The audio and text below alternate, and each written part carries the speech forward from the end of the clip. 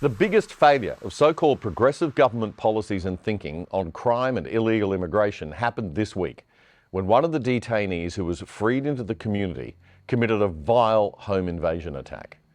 This image has not been taken down by the E-Safety Commissioner, so we can show it to you like big grown-up adults.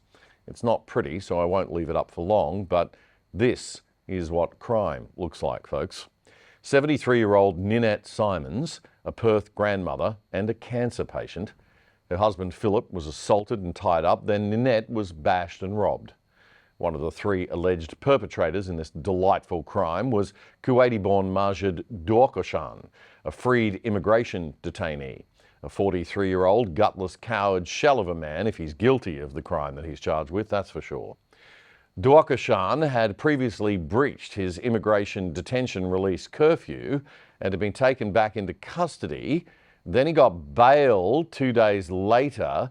This attack happened, and a magistrate had warned him he was already on very thin ice.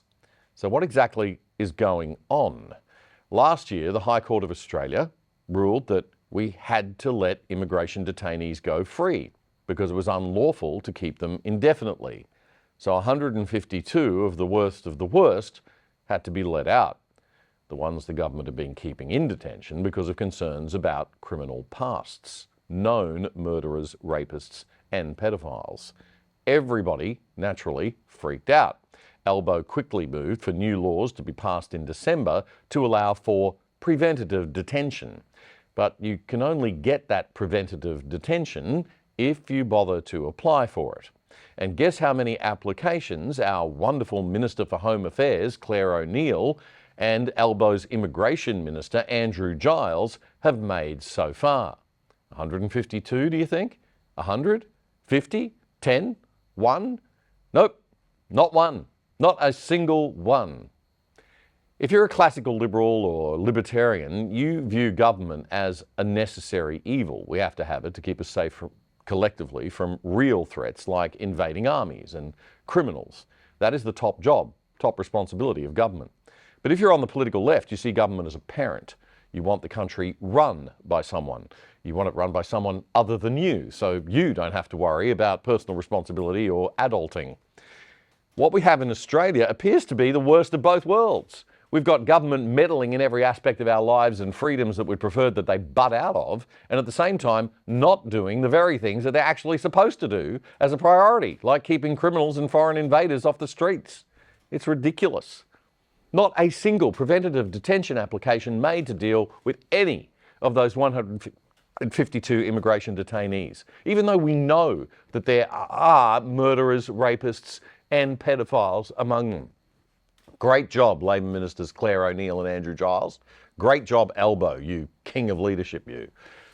You may also recall that last month the government said it'd have a report out which detailed the visa conditions, the curfews, the electronic monitoring and the Community Protection Board assessments of all of the released detainees.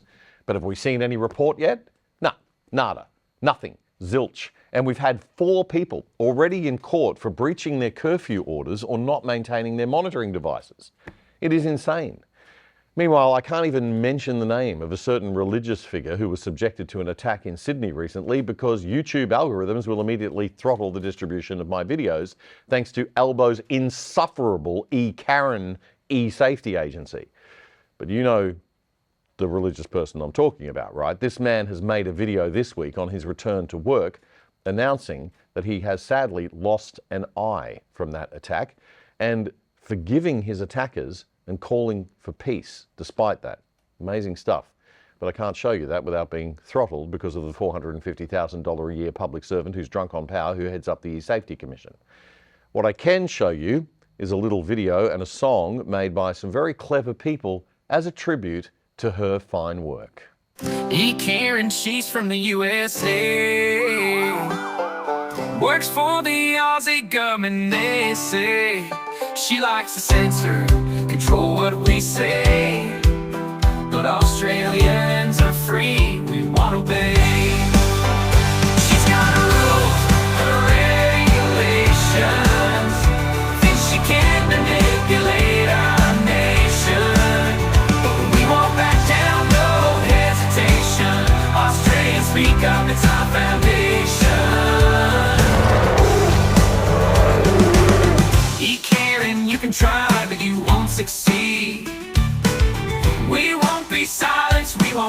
see.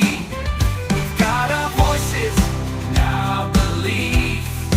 No amount of censorship can bring us to our knees.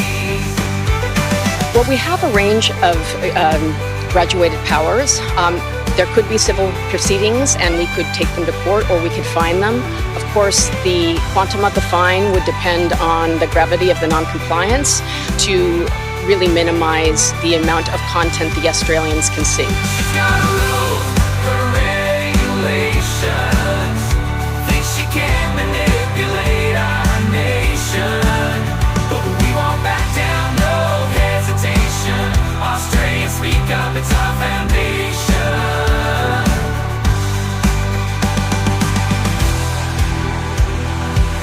You can and you can try, but you won't succeed. We won't be silenced, we won't concede. Are you accepting it? We've got our voices and our beliefs.